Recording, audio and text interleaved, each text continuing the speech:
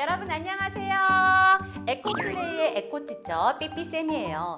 제 소개를 할게요. 선생님은 에코플레이의 재밌고 신나는 환경을 알려주는 선생님이죠. 자, 여러분 모두 반가워요. 와, 여기 그림이 있네요. 여기 보이는 파랗고 동그란 것은 무엇일까요? 맞아요. 바로 우리가 살고 있는 지구예요. 지구를 보니까 파란 부분이 있는데 이 파란 부분은 뭘까요? 맞아요. 물이에요. 우리 지구는 71%가 바닷물로 둘러싸여 있어요. 우리나라의 하천이에요. 와, 여기 안에는 초록풀들도 있고 다리도 있고 그리고 아름다운 강이 있네요. 여러분은 혹시 강 속이 보이나요? 우리 한번 이 강 속에 어떤 일이 일어나 있는지 한번 알아보러 가볼까요? 자, 그러면 삐삐쌤과 함께 하천으로 탐험하러 가볼까요? 이제부터 본격적으로 강 속 환경 스토리 언더 더 리버에 대해서 이야기해 보도록 해볼까요?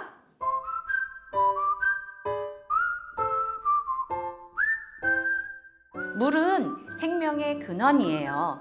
모든 생명체는 몸속에 일정한 양의 물을 유지해야 되죠. 모든 생물은 저마다 일정한 양의 수분을 가지고 있어요.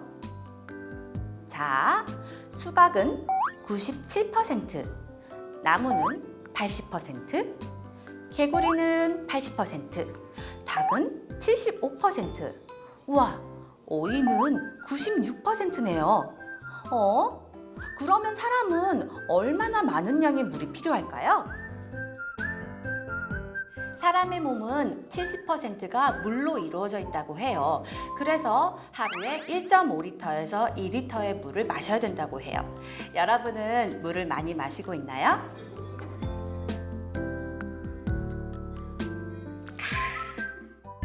물은 우리 몸을 유지하는 데도 필요하지만 생활하는 데도 너무나 필요해요. 밖에서 나가서 돌아왔을 때도 씻을 때 물이 필요하고요. 땀이 나서 너무 끈적끈적할 때는 샤워할 때도 물이 필요해요. 물이 없다면 어떻게 될까요? 너무 더러워서 생활하기가 힘들 것 같아요. 물은 이렇게 여러 가지로 우리 생활에 정말 필요하답니다. 뿐만 아니라 여러 곳에서도 필요해요. 음식을 만들 때도 필요하고 농사를 지을 때도 필요하고 그리고 깨끗이 청소할 때도 필요하답니다. 현재 우리가 먹고 사용하는 물의 대부분은 하천에 있는 물을 사용하고 있어요. 강은 문명을 발달시키는 데도 중요한 역할을 했어요. 하천은 인간이 문명을 발달시키는데 매우 중요한 역할을 했죠. 하천 주변에는 땅이 비옥해서 농사가 잘 되기 때문에 강물이 있는 곳에 사람들이 모여들었고 자연스럽게 강 근처에는 마을이 생기고 문명이 발달한 것이죠. 하지만 우리의 소중한 강물이 오염되어서 그곳에 살고 있는 동물들이 매우 힘들어하고 있어요. 동물들에게 어떤 일이 일어났고 그리고 하천은 왜 오염됐는지 우리 한번 알아보러 가볼까요? 자, 강물 속 탐험을 떠나기 전에 우리 친구들을 한번 만나보러 가볼까요? 백혈병에 걸려 죽음의 문턱까지 내몰린 아들에 대한 아버지의 헌신적인 사랑으로 2000년대 초 화제의 베스트셀러였죠. 가시고기. 부성애가 강한 삶이 가시고기의 모습과 닮았기 때문에 지어진 이름이었습니다. 이 가시고기의 부성애를 엿볼 수 있는 장면이 국립과학수산과학원의 실험 카메라에 담겼는데요. 차근호 기자가 전해왔습니다. 번식기에 다다라 지느러미가 파란색을 띤 장가시고기 수컷. 갈대뿌리와 수초를 입으로 물어와 둥지를 짓습니다. 알을 수초 사이에 두면 천적에게 쉽게 노출되기 때문에 둥지를 지어 이중의 보호장치를 만든 겁니다. 암컷이 둥지에 산란한 뒤부터 수컷 가시고기의 애끓는 부정이 이어집니다. 둥지에 깨끗한 물을 갈아 넣으며 정성을 들이고 다른 수컷이 접근하자 있는 힘껏 쫓아내 새끼를 보호합니다. 수정란이 부화하고 새끼가 난황을 흡수할 때까지 오랜 기간 둥지를 지킵니다. 암컷이 둥지에 알을 낳게 되면 부화할 때까지 2에서 3일간 돌보게 되며 수컷의 보호 덕에 알은 90% 이상 생존합니다. 가시고기는 이제 우리나라에서만 볼 수 있는 고유종입니다. 한때 일본에도 분포했지만 지금은 자취를 감췄습니다. 계속되는 서식처 파괴와 수질 오염 등으로 개체수 감소의 우려가 높아 정보전 및 복원이 지속적으로 필요합니다. 국립수산과학원은 멸종 위기를 갓 벗어난 국내 잔 가시고기의 보존을 위해 생태 연구를 확대하고 있습니다. 연합뉴스 차근호입니다. 오늘의 주인공 누군지 알겠어요? 네, 뉴스 속에 누가 나왔나요? 맞아요, 가시고기예요. 자, 오늘의 주인공은 가시고기예요. 자, 여러분, 이제부터 가시고기에게 어떤 일이 일어났는지 우리 함께 알아볼까요?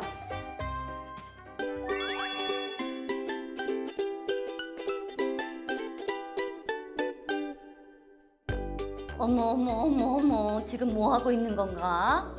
얼마 후면 내 아이가 태어나. 그 아이가 살 집을 만들고 있지.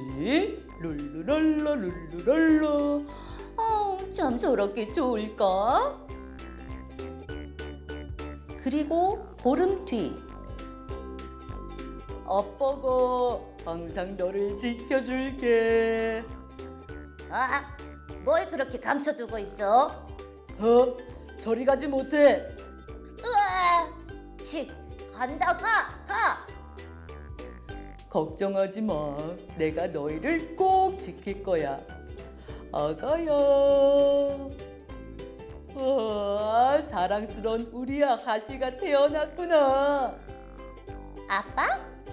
아빠? 컬러.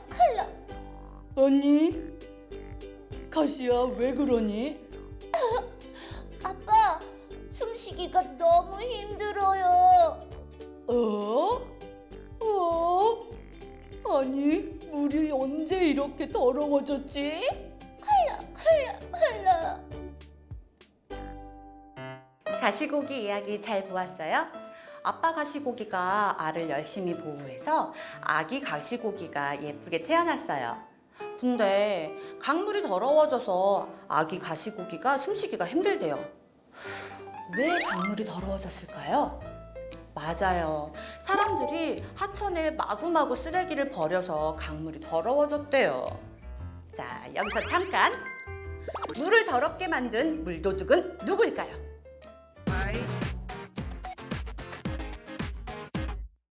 남은 음식물 찌꺼기, 합성세제와 샴푸, 농사를 지을 때 사용하는 농약과 비료, 공장에서 버리는 폐수. 과연 하천을 더럽히는 범인은 누구일까요? 두구두구두구두구두구두구두구두구두구두구. 모두가 다 범인이에요. 하천이 오염되는 가장 큰 원인은 사람들이 버리는 생활하수 때문이에요. 우리나라에서 발생하는 하수 중에서 일반 가정에서 나오는 생활하수가 무려 78%를 차지해요. 특히 음식물 찌꺼기와 합성세제, 샴푸 등이 아주 심각해요. 그리고 농사를 지을 때 쓰는 농약과 비료, 골프장 잔디에 뿌리는 농약, 공장에서 버리는 폐수도 중금속이 섞여 있기 때문에 큰 문제가 발생할 수 있어요. 또 산성비처럼 공기 중에 오염물질이 하천에 떨어져도 오염이 되기도 해요. 이 밖에도 무분별한 개발도 큰 문제가 되죠. 사람들이 필요에 따라서 강의 흐름을 마음대로 바꾸거나 갯벌을 땅으로 만들어서 물이 썩고 생물들이 죽어가고 있대요. 물은 스스로 깨끗해지는 자정 능력을 갖고 있어서 어느 정도 시간이 지나면 저절로 깨끗해져요. 하지만 하천 속의 오염물질이 갑자기 많아지거나 오랜 시간 계속해서 쌓이면 물의 자정 능력은 사라지고 말죠. 오염된 하천을 다시 깨끗하게 하려면 굉장히 많은 양의 물과 시간이 필요해요. 내가 마시다 남긴 우유 한 방울이 정말 물을 더럽게 만들 수 있다는 사실을 알고 너무 놀랐어요. 자, 그러면 물을 다시 깨끗하게 하려면 얼마나 많은 물이 필요할까요? 우리 실험을 통해서 한번 알아보도록 해요. 자, 실험을 위해서 이렇게 준비를 할 거예요. 비커 2개, 스포이드, 물, 그리고 내가 마시다 남긴 우유, 이렇게 준비하면 돼요. 자, 그럼 지금부터 재료 준비 시간.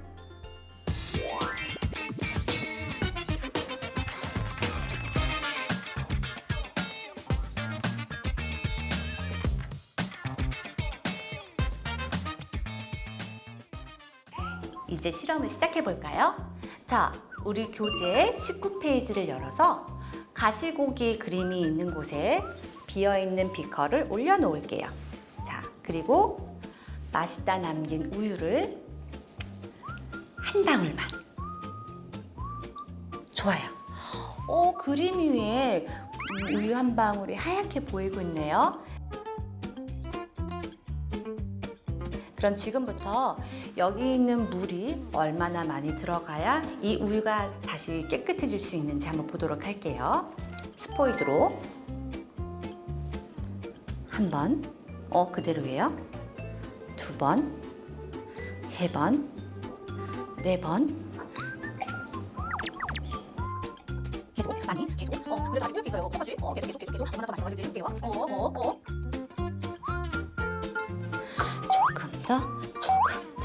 조금 더. 이만큼까지 물을 채웠는데도 아직도 물이 뿌예요. 우리 조금 더 힘내서 좀 더 물을 넣어볼게요. 자, 다시 조금씩 계속 넣어보자. 계속 하얘져라, 맑아져라.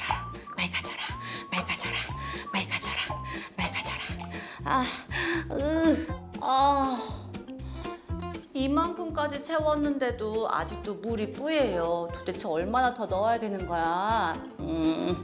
마지막. 조금만 더 힘을 내볼게요. 여러분들도 조금만 더 힘을 내주세요. 자, 다시. 자, 계속. 자, 조금만 더.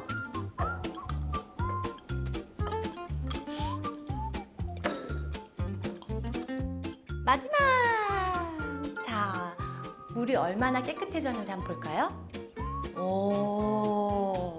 여기에 있는 물을 모두 다 옮겨 넣었는데 아까보다는 많이 맑아진 것 같아요. 하지만 아직 좀 아쉬운데요.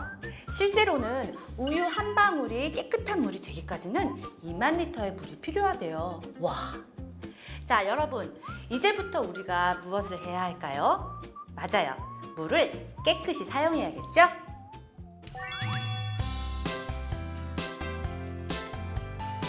물을 소중히 사용해요. 세제 사용을 줄이고 천연 세제 사용하기. 빨래는 모아서 한 번에 하고 세제는 천연 세제를 사용해요.